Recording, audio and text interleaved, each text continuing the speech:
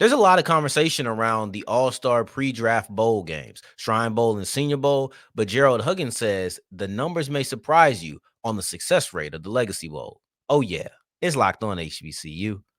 Play my music.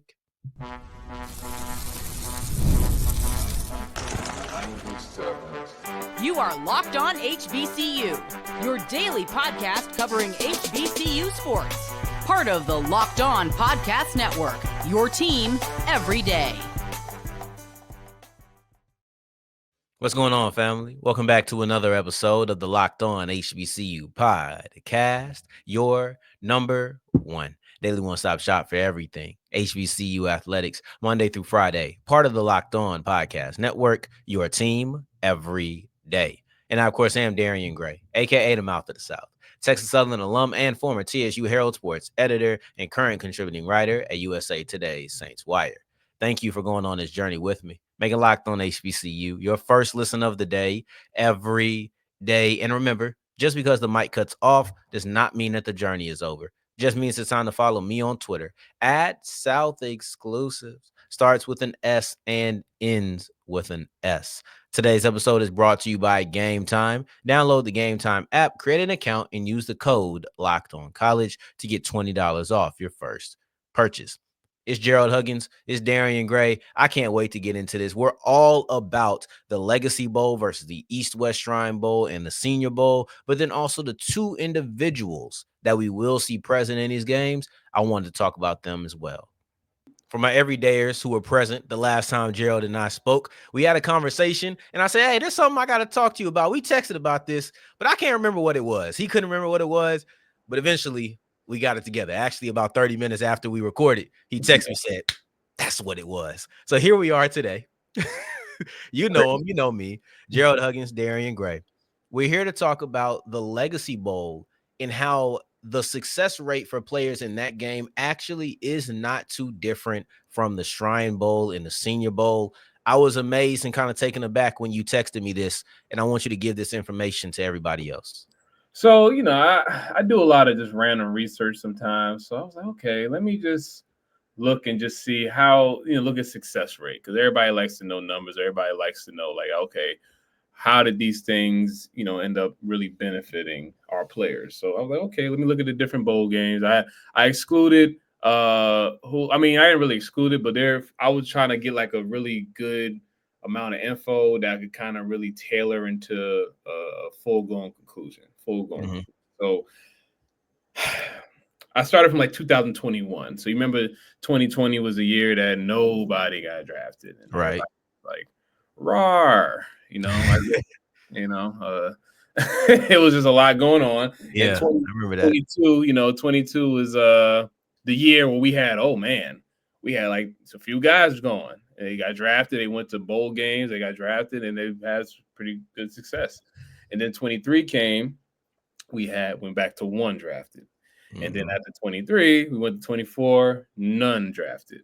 So, but I was like, oh, you know what? Let me just look up and see, just kind of do some data since 2021. How have the bowl games, trying to figure out like maybe how the bowl games and the HBCU combine, how has that benefited our players? So with that being said, we have right now, and actually just had to add somebody, Willie Drew. So right now, I'm just looking at this list and it says, so I'll start from 2021. 2021, we have a guy named Keon Smith to make a roster.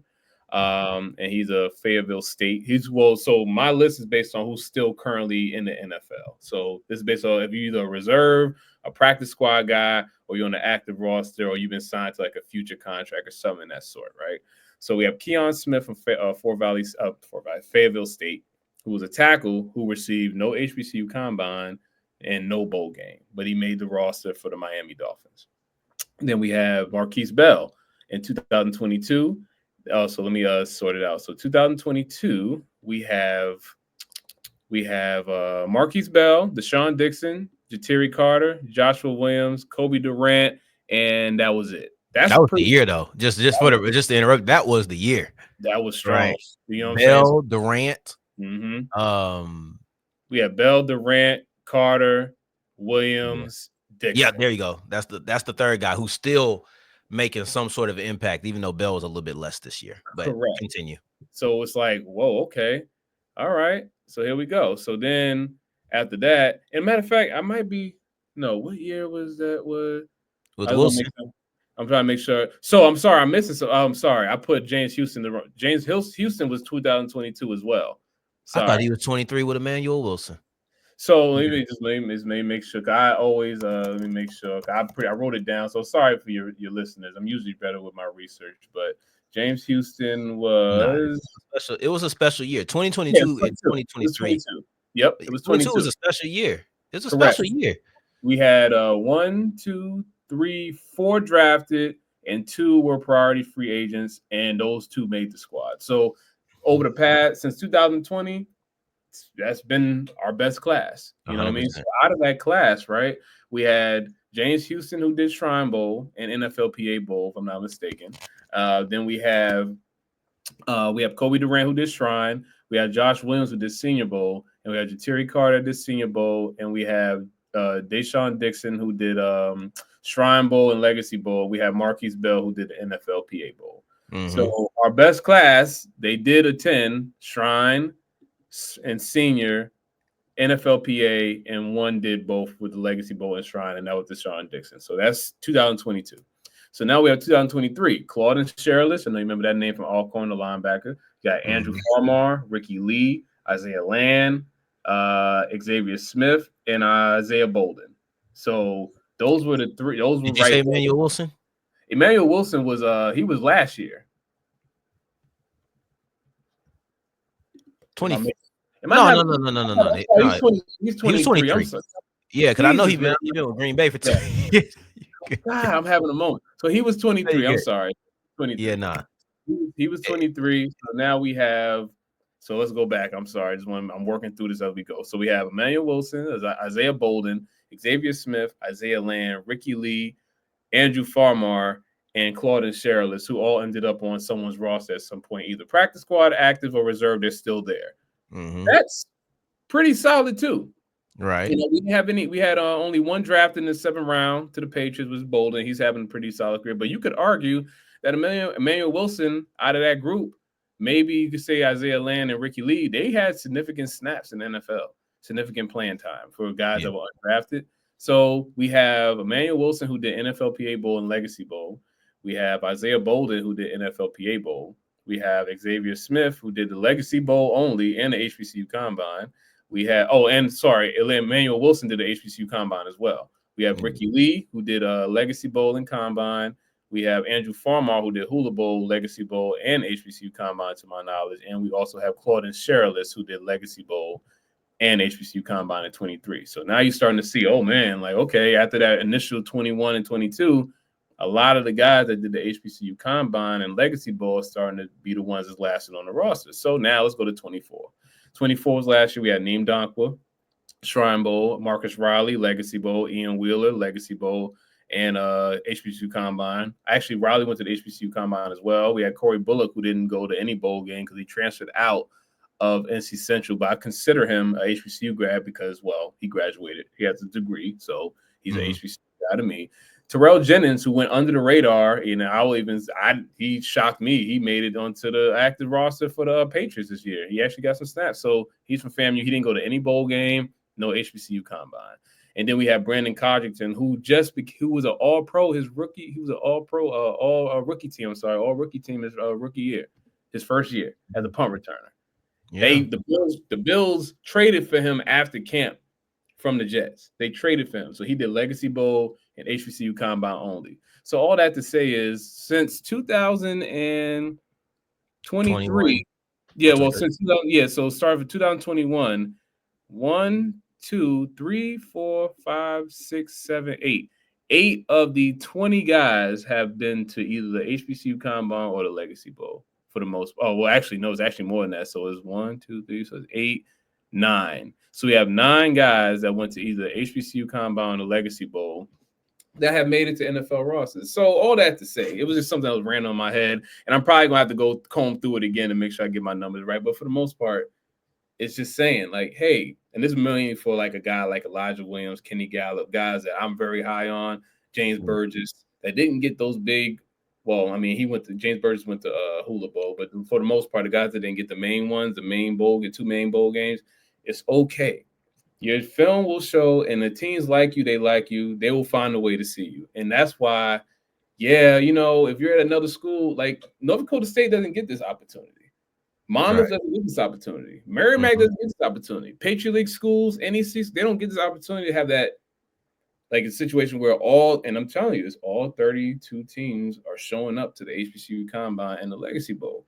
Now, it may be their, junior scouts or their scouting assistants, guys that need to work, they're trying to build some rapport. But at the end of the day, these guys are scouts, and they have to recruit somebody. And they see somebody that looks the part, then they go to the chain of command. I watched it happen in person. Like, I've seen guys that you would have never thought get a shot, just get into camp, just because he did well at the HBCU Combine or the Legacy Bowl.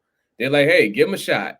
If you make it, he make it. We saw Ian Wheeler become a featured player on Hard Knocks. Ian Wheeler. Me and you both talked about Ian Wheeler for almost 2 years. The kid we knew he had something to him. Why? Now look at the 2 guys that made it in 24 that were really like highlighted. Brandon Codrington. And look at Ian Wheeler. And then you can even go to 23 and look at Isaiah Bolden. What do they have? It's that returnability. And I do believe that if you're looking at everything in totality, the majority of the guys, Xavier Smith, return specialist, Codrington, return specialist, right? Like, outside of Durant, Joshua Williams, and I still look at Emmanuel Wilson as a big part of the Green Bay offense because he's their secondary running back. But it's a lot of return specialists. I would ask you this, though. We talk about getting on rosters. We talk about getting drafted, right? And the difference between the two and how it makes you feel. It's not about what's actually happening, but it's about how it makes you feel. I think there's a similar feeling about making it to a Shrine Bowl or a Senior Bowl. What do you make of only 2 HBCU players being a part of that group this year? Like the old adage says, it is what it is. It's life, you know what I mean? Like, there are a lot of things that go into the process of picking an all-star game. It doesn't always mean the player's not good. It just could be a numbers thing, just like the NFL. Sometimes it's a numbers thing, and that's okay. Because like we have the data that says you can still make it. You have it. So guess what? When those other kids from other schools, once the Shrine Bowl is once they don't get Shrine Bowl, Hula Bowl, Tropical Bowl, Dream Bowl, Hula Bowl, Senior Bowl, once they don't have that, that's it. All they have is their pro day. HBCU guys can get that. They can also do the Legacy Bowl, HBCU Combine, and do their pro day. So, and shoot, we had a kid last year do his pro day at Alabama. So, yeah. I mean, Victor, right? Yeah, you have way more options. I try to find a silver lining with all things because it's going to come out. It's going to be a rage because I don't really foresee I don't foresee any HBCU guys getting drafted. But I do see a good number of guys that are really talented get into camp, and they're going to make people really make some tough decisions. So yeah, I'm okay with that, and I'm always going to say draft HBCU players because that's what I believe in. I believe there are draft worthy guys because I have draft grades on our guys, but just because they are worthy of being drafted, that doesn't mean they're always going to be drafted. That could be just due to, like, hey, look at Irv Mulligan. Irv Mulligan. It's a tough one for Irv. Want to know why? This is probably the deepest running back class I've seen in a decade. This is, I mean, yeah, they have like 30 running backs with a draftable grade. So for Irv, 30 aren't getting drafted, probably. 30 are not getting drafted. And guess what? Irv is a guy that, hey, he came out during a very tough year, but Irv is going to be in someone's camp. And Irv is going to run really hard, and Irv is going to make people make a business decision. That's just what it is. So you got guys like Irv, you got like guys like James Burgess, you got guys like Elijah Williams, and he plays at Morgan. Listen, I watched this kid for 4 years. I'm gonna give him his flowers. Now I watched for 4 years. Start out as I don't know what he's doing out there, outside linebacker in 2021 as a freshman, just running around looking crazy, no gloves, no sleeves, just tape around his wrist, playing football. Yeah. And he went on to become one of the most dominant defensive players we've ever seen in the FCS. And no one could take that from him. And I know he wanted, other bowl games and stuff like that. But me and him talked. I said, Elijah, you are the biggest of fish in this very small pond. Yeah. You'll be just fine. Just show up at 6'2", 290, quick, violent. When you get your opportunity, because we already know how the Legacy Bowl goes, he's going to, they might have to tell him Crush to it. chill. You know what I Yeah. mean? They might have to tell him to relax because, Elijah is just that good. He's been that good for years. And you ask some of the offensive linemen that played in the MEAC the past 4 years, you ask them who was a tough guy to block, and I bet you they tell you Elijah because, he played 0 through 5. So I'm just going to give him his flowers. He's working hard. I talk to him on pretty often. He's going to be one of those guys that just finds a way into camp. He's going to stick around because it's like, man, he keep making plays. We can't get rid of this kid. And that's fine. That's all we could really, for this class in this draft that's pretty deep, but not deep at the same time. Our guys may not get drafted, but there's going to be some spots for them to give, general managers and player personnel directors. They're going to really have to sit in that meeting room like, what are we about to do? Yeah. And that's okay. No, I feel that. And you know what? I want to talk about this guy, Aaron Smith. We're going to do it briefly because we're going to see him at the Shrine Bowl this weekend, and we'll have more to say after the Shrine Bowl. But as today, and we're previewing both him and Carson Vincent, I just want to briefly touch on what their prospects are entering these games as we continue with Locked On HBCU. Today's episode is brought to you by Game Time. Download the Game Time app, create an account, and use the code LOCKEDONCollege. You get $20 off your first purchase. Listen, this is the only place that I go for any of my ticket needs. I don't care if I'm going to a Norfolk State versus Delaware State game. I don't care if I'm going to a Texas Southern game. I don't care if I'm going to wrestling, ballet. I don't care if I'm going to a concert or if I'm going to a basketball game. Everything's the same place. It's Game Time. It's simple, it's easy, and it's so much better than all of the other places because me personally, I like seeing my number right up front. If it's going to be $62 a ticket, let it be 62. Not when we get to the end of the deal, I got all these hidden fees and now my 62 then turned to 83. No. Let me know up front because I feel bamboozled the other way, and I never feel that. I have great trust that I'm going to get the best price, and I get the great trust that I'm going to get the price that is presented to me when I look at Game Time. So now it's on you. Go ahead and go to the Game Time app, download it. If you haven't already, create an account and use the code LOCKEDONCollege. You'll get $20 off your first purchase. As we continue rolling on today's episode of Locked On HBCU, I appreciate you for making this your first listen of the day. Every day for your second listen, make sure you're checking out. Who do I want to shout out today? Let's shout out the draft dudes. Yeah, let's shout out the draft dudes since we're over here talking about scouting and everything. Let's shout them out. Usually it would be Locked On College Football, but we're going to pivot today. Now, as we talk about Aaron Smith going into the Shrine Bowl, I know that he is a guy who scouts have talked about with you. What is it about Aaron Smith's game that scouts tend to like? They like his upside. They really do. They like how he looks. He does look the part. Don't get me wrong. He's a pretty looking player. About 6'1", pushing about 6'1", 225 plus pounds. He's probably going to come in around 230, rocked up. He seems like he has a good arm length. He's well put together. He's quick. He's a good athlete. So the things you really like about him, you really, really, really like. It's just my biggest thing with Aaron is, he went from he's more of a outside linebacker build. He was forced to really play more inside. So he's more like a will backer, like that Shaq Thompson, kind of Frankie Louvu, kind of like, rangy, rangy, kind of, you could go down to the line of scrimmage and blitz off the edge sometime. Very fast, uses more athleticism. Now, I think Frankie Louvu is a guy that's a little more stout. And I think Shaq became more stout as he got bigger once he left college. He was a little small. He played running back and linebacker. But I think for Aaron, he's very well put together. And I think if he could utilize as much strength as he does his ability to evade blocks with, his quickness, I think he'll be better. I just think his biggest thing is trying to really work through defeating blocks by offensive linemen, being more physical and showcasing more stopping power when he does hit people. And you mentioned some of the things that you want to see from him, but are those things that you think you can see from him in this game? If not, and when I say this game, I'm talking about the week of practice, of course. But if not, what are you looking for him to prove specifically at the Shrine Bowl? What's the thing I always say every year, man? Just look like you belong. I Yeah. know that sounds very simple, but you just don't want to look like you're overwhelmed. We've seen guys, not just HBCU guys, it's all guys. We see guys go to these all-star games and look very overwhelmed. They're like, yo, this is too much. Hmm. Some just don't look. They don't look the part. With Aaron, you could. I watched him on the side. We played against him before, obviously, and then I saw him at the Celebration Bowl. He does have something to him. Like Yeah. it's not a soft kid by any stretch of the imagination. It's a smart kid. He's tough, and he has all the tools. We just want to see him utilize those tools when it comes to just the physicality part. He's going to be able to cover running backs. He could be able to cover some tight ends. Now he may have because he's athletic enough to do it.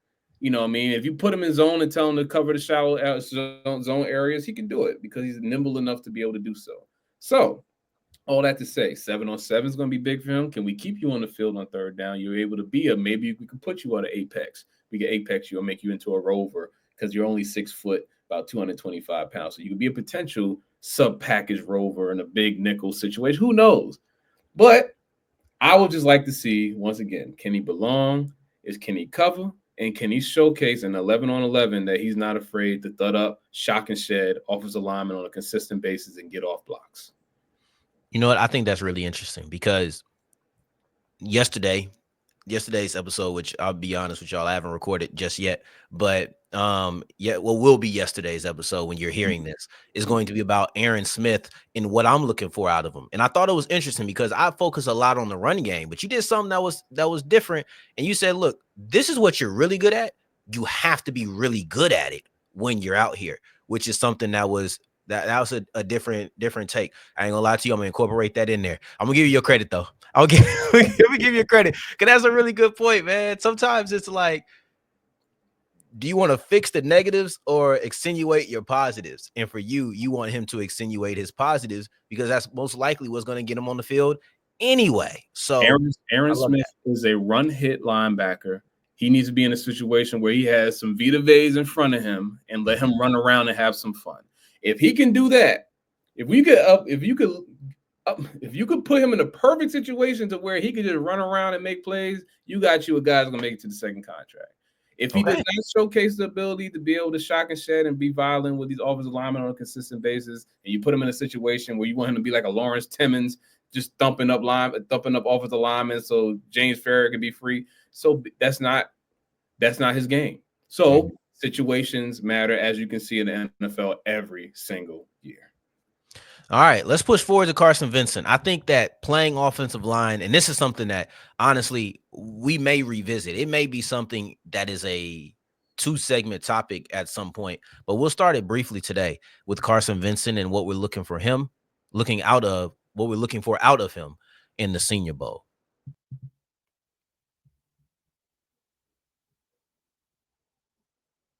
As we're wrapping up today's episode of Locked On HBCU, I appreciate you for making this your first listen of the day every day, making it all the way to segment 3, and I thank you 2 times for that. Thank you. I got Gerald Huggins here with me. And listen, if you don't know, because he does it all, so you may not realize or even be aware that his specialty is the trenches. And I think that a lot of fans, and I include myself in this until probably last year, talking with Aneem Dankwa, excuse me. I had the wrong idea of one-on-ones when we're talking about edge rusher and offensive lineman. You know, like I had the wrong idea of how I went into that conversation. Please elaborate on what the proper way to evaluate one-on-ones is, if we should even put any stock into it. I would definitely put stock into it from the aspect of, for like maybe a left tackle, you're going to get your one-on-ones pretty often. Now, granted, teams are finding very creative ways to slow down edge rushers off the edge. They're chipping like crazy. They're giving them different eye candy to kind of keep them stagnant. The one thing you cannot do as an edge rusher is think too much. If you think too much, you're going to be a second behind, and by that time, the jet sweep that went past your face, the quarterback then gave the ball off, or the quarterback then kept the ball and ran up the sideline for a touchdown. So one-on-ones for me is like, okay, all that stuff is out the way. It's just me and you. Mm-hmm. When it comes down to we fight in the phone booth, can my moves, can my hand fighting, can my power get through you? Can I slow your feet as an offensive tackle. So offensive tackle, once you slow his feet down, you make his feet stop. That's how you start seeing offensive linemen get put on their butt. Definitely when you go against these big, powerful rushers. Now, certain offensive linemen cater easier to certain edge rushers. So a guy like Carson Vincent will win majority of the time against a speedier rusher because he's just as athletic, if not more athletic than most of the guys he's gonna go against. He does have good set range. He's 6'7" with long arms. So even if he doesn't get you initially with his punch, he can ride you out and he can freaking widen the arc. If you widen the arc, God forbid, your quarterback is supposed to step up. Once he steps up, you're good to go. So but also that's why he's like, okay, one-on-ones. All right, is the quarterback really going to stand there at his drop? Is he going to step up? Then it's like, okay, the quarterback's not real. You know, it's usually like an offensive lineman that catches the ball in one-on-ones, or it's like a GA or something, and he's really not trying to get it, so he's running around acting crazy. So yes, you put stock into it. I want to look at the hand fighting and the technique. Are you getting set range? If you get the guy the first time, and he's like, oh, hold on. Set range. Define that, because I don't think everybody's gonna know just what set range is. So right? When the offensive tackle takes this, when he's setting, for pass set, you want to widen the arc as much as possible, so so the defensive lineman doesn't get a beeline to the quarterback. So set range is the amount of space you create as far away from the quarterback as you can as a left or right tackle. So there's a lanes you have as a defensive lineman. You have these lanes, so it's really 4 if you have 4 rushes. So you usually have your 3 tech on one side with a 5, and a 1 technique on this side with a 5. Or some teams really mix them up. But at the end of the day, you have lanes because there are gaps. The idea is if you have that 5 to your side, especially if you have a 1 technique and a 5 on that side, if you can widen that arc, there's a B gap that's open there. And a lot of time, the quarterbacks, they usually like to step up, and if they don't see anything, they can run right through that B gap, that open gap. So if you widen the arc, that comes from your set range. Set range is, your feet, your quick feet attribute to your set range, and your length attribute to your set range. So that's why I can see the appeal for guys that like taller, longer offensive tackles with good feet. And that's what Carson has to his advantage. So I will give Carson all the advantage. Any one-on-one he's going to get someone that's not a power guy, he's going to win that. The thing about Carson, when you watch him go against the Power 4 competition over the years, it's that anchoring down part that I would like to also see in one-on-ones. If a guy decides, okay, I'm trying to long arm you, if he has you off your foot and you got 1 foot in the air and you fighting for your life trying to get reset and try to recover, that's not a good thing. That's a lost rep. That's a lost rep. But if he tries to bull you over and he could stick that foot in the ground and he could hold you up with a good punch and good hand, a good grip, and you could just control him. And if you want to slam him, whatever. I don't really care about that. If you slam, just don't throw him into the legs of the quarterback, because we've seen that happen before, and that looks really dumb. So offensive linemen, all the young offensive linemen out there, please stop doing it. As a D lineman, I used to be an offensive lineman when I was really chunky. Please stop doing that. I did it the right way. You block the guy, put him on the ground, and you just walk away. You let him go, and you go to the next guy. Don't do all the swim it. I'm sorry. You was definitely I'm going to put you on the ground and then yeah, like I'm not going to do all the swimming and all the, like it's just offensive linemen do too much now. Just make your block and go. You know what I mean? Are you and this may be a I don't care answer. Let me know. Are you I like the stonewall block, or I like the push around block? Or is it like either one to win, it really doesn't matter? I would love for you to be able to cut a defensive lineman or edge rusher's arc in half. Like you just cut you, like when he like, so the thing a lot of edge rushers like to do, they like to work the shoulder. Guys that aren't really speedy guys, they like to cut you in half and beat up on that outside shoulder. So my thing is like, okay, I want to get enough range and be able to read and to be able to mirror a guy to be able to stick him and make sure he can't move. He can't do it. So that's why I like personally when I went against guys like so there's a guy named Marion Holt. Well, he baptized me in college. We went through it. His big thing, his feet were so quick. He cut me off from that spot. We call it a spot. Defensive linemen supposed to pick a spot behind the offensive tackle, and we got to beat him to that spot. He beat me to the spot so much. So I had to get creative. So when I finally beat him, I said, okay, now I know what to do. It takes time when you go against a really tough guy, but you don't have that time. You got 3 days of practice, maybe 4, Right. depending on the situation. So you got to come with your best stuff. So the best thing you could do as an edge rusher or offensive tackle, edge rusher, get to that spot, tackle. You try and beat him before he gets to that spot. So I say cut him off. You get to that spot, take away his two-way go, get in his chest plate, and if you and just now here's the fun part. If you get them locked in, I like to see this from offensive linemen when they pass setting and they get them locked up. Now it turned into a run block. Now we chopping them feet, baby, and we taking you back that way. We ain't taking you towards the quarterback. I don't want you to just throw the guy. When you see guys throw guys to the quarterback, means they don't have no feet. So you get the guy, you get him in here, like here, and you just chop them feet, baby. Old school. That's the old school way. We just get up there. Man, I love it. You know what I mean? Listen, we're going to get into Vincent specifically. I just thought the proper way to do this is to look at the one-on-ones, because you're going to see those in the Senior Bowl and everybody's going to jump to them. Well, what do you look for? You got the answer right there. Gerald Huggins breaking it all down. Once the Senior Bowl and Shrine Bowl is over, we'll do this again and we'll recap what we saw from Smith and what we saw from Vincent. I will do a recap on Smith specifically on Tuesday, because the practice that I'll be at will be over. And then also on Monday, for everybody who's wondering what will happen on Monday, I won't do a Shrine Bowl recap then. Instead, I'll talk about the players who I felt like were snubbed. And Elijah Williams, for example, someone who should have been in one of these games but wasn't. That'll be what you'll be expecting on Monday. But in the meantime, in between time, until the next time that we hear each other, family, take care, stay blessed. Peace.